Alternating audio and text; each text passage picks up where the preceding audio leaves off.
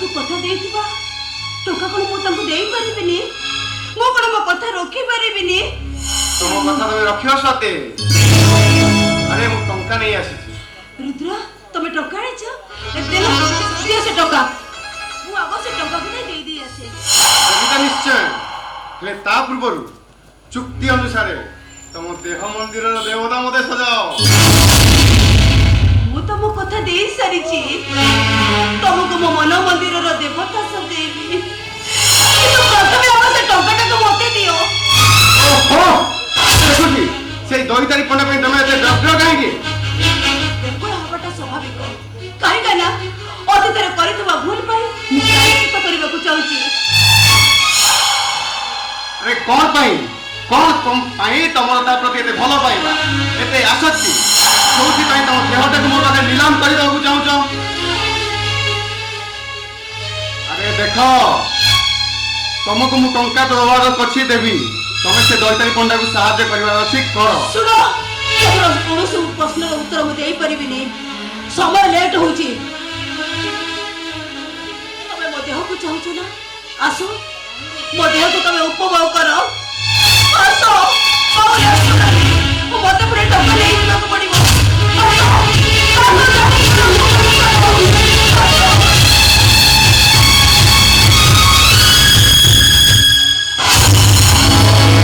कथा शुणी सारा पर मो डिसीजन को मु बदल गली देख तुमको मुझे एते टंका दूची तुम देह सहित तुम मनटा भी मोर दरकार ए मनटा को मो दईतारी पंडा पाखरे बंधा पकई देइची बंधा पड़िछि मन देखो मु सब दिन पई मोर करि दबु चाहे संभव नुवा अरे एमिति की कोनोसी भी असंभवर पहाड़ को मु भांगी दबु पछाइबिनी रुद्र तमरे ए दईतारी प्रति एते भलो पाइबा काहे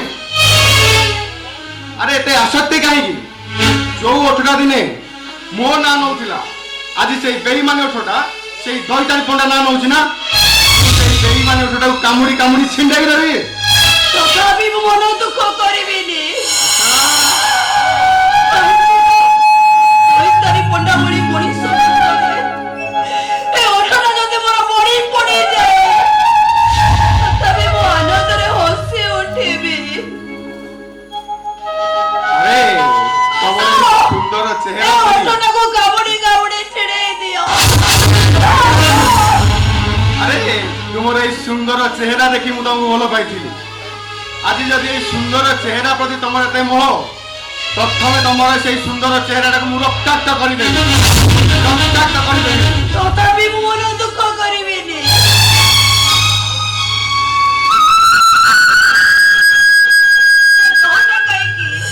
समग्र चेहराटा मध्य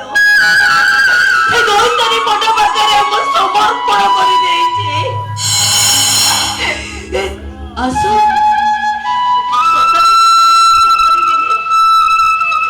मो तथापि नाच उठिबी अरे काहे की से दईदारी प्रति तुमर एते प्रेम मो प्रति एते घृणा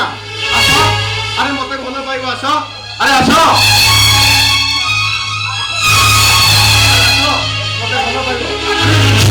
आस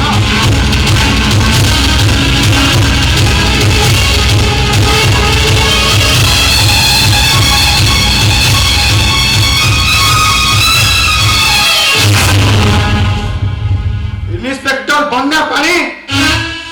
ता माने तुम मो सहित चिट करिছো अरे मते दोषी धरे जाओ हंसिছো दोषी तो तमे हेई सारिछ ना वाह एते उडा टंका तमे कोठु आनला सेटा मो टंका मो टंका अरे मु तो तुमको सही কথা पचाउची एते उडा टंका तमे आनिलो कोठु विश्वास बाबू को स्त्री रो हार बिक्री करी ना ना ना सेटा मो टंका ए ना हां तमे टंका ए हार चोरी करी थिबा केसटा लॉन्च हे सारी छी आ तारे पेटा मो पाखो आसले मारे मु तो मोबाइल नजर रखतिली तमे हार जो बणिया पाखरे बिकितला से बणिया भी सत कथा ना मान सामान्य कईटा टंका पाई झियो मानकु नै कि बाहर बिक्री करिवो ସହିତ ଖେଳ ଖେଳିବ ନିଜ ସହିତ ଖେଳ ଖେଳିବ ତମେ ନାଇଁ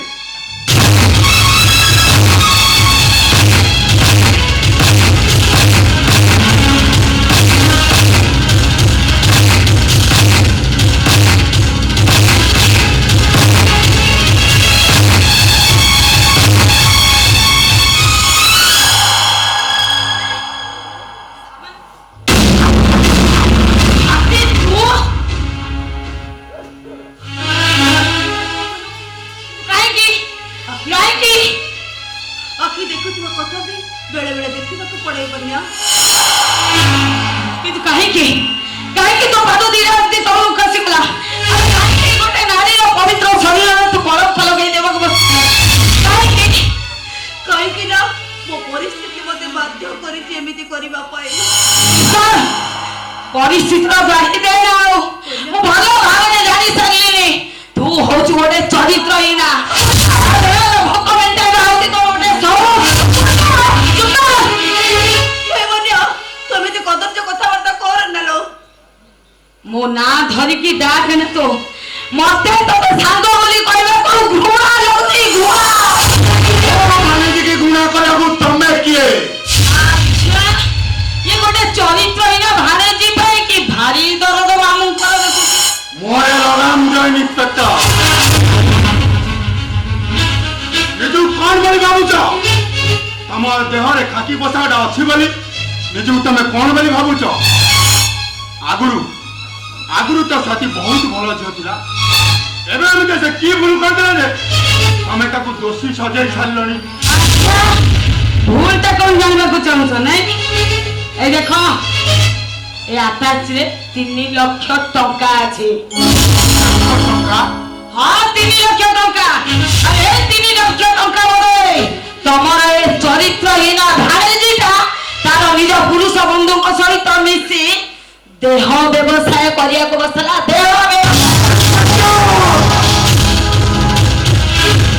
আরে বিশ্বাস না আর যদি কথাটা বিশ্বাস হচ্ছে তাহলে নিজ ভাড়েজিকে পচারি বুঝি নিয়ন্তু ମୁଁ ବୋଲି କେବଳ ତାକୁ ଛାଡ଼ି ଦଉଛି ହେଲେ ମୋ ଜାଗାରେ ଯଦି ଆଉ କିଏ ଥାନ୍ତା ତାକୁ ବାଡେଇ ନେଇ ହାଜତ ଭିତରେ ପୁରେଇ ଦେଇଥାନ୍ତା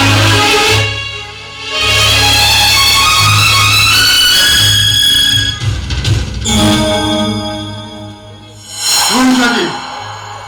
ଇନ୍ସପେକ୍ଟର ଯାହା କହିଗଲେ ସତ ତ କହିବାକୁ ତତେ ଟିକେ ଖରାପ ଲାଗୁନି କାହିଁକି ସତକୁ ସତ କହିବାଟା ଖରାପ ଲାଗିବ କାହିଁକି ମୋର ଏ ସବୁ ଦାୟୀ ହଉଛ ତମେ ସେଦିନ ତମକୁ କେତେ କାଗଜ ଏମିତି ହେଇ କହିଲି ମାମୁଁ ମତେ ତମେ 3 ଲକ୍ଷ ଟଙ୍କା ଦିଅ ତମେ କଣ ମତେ ଦେଲନି ନା ଠିକ ଅଛି ଏ ମାମୁଁ ହାତ ଯୋଡୁଛି ମାମୁଁ ମୁଁ ତମ ଗୋଡ ତଳେ ପଡୁଛି ତମେ ମତେ 3 ଲକ୍ଷ ଟଙ୍କା ଦିଅ ମାମୁଁ 3 ଲକ୍ଷ ଟଙ୍କା ଦିଅ ଠିକ ଅଛି ମୁଁ ତତେ 3 ଲକ୍ଷ ଟଙ୍କା ଦେବି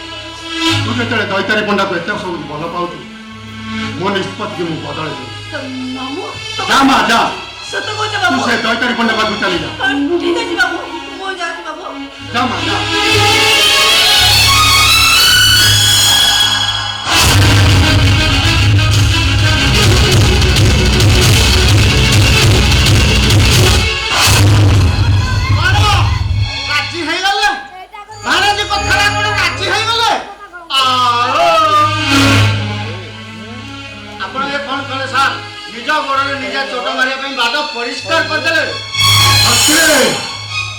ମୁଁ ମୋ ଭାଣିଜୀକି ଦୈତାରୀ ପଣ୍ଡା ସାଙ୍ଗରେ ବାହାଘର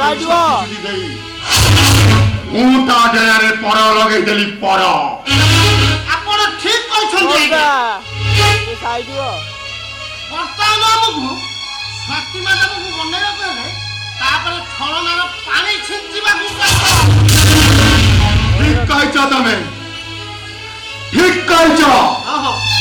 ସେ ଦୈତାରୀ ପଣ୍ଡା ସହିତ ସ୍ୱାତିର ବାହାଘର ହବ ଆଉ ଯୋଉ ବାହାଘରଟା ହବ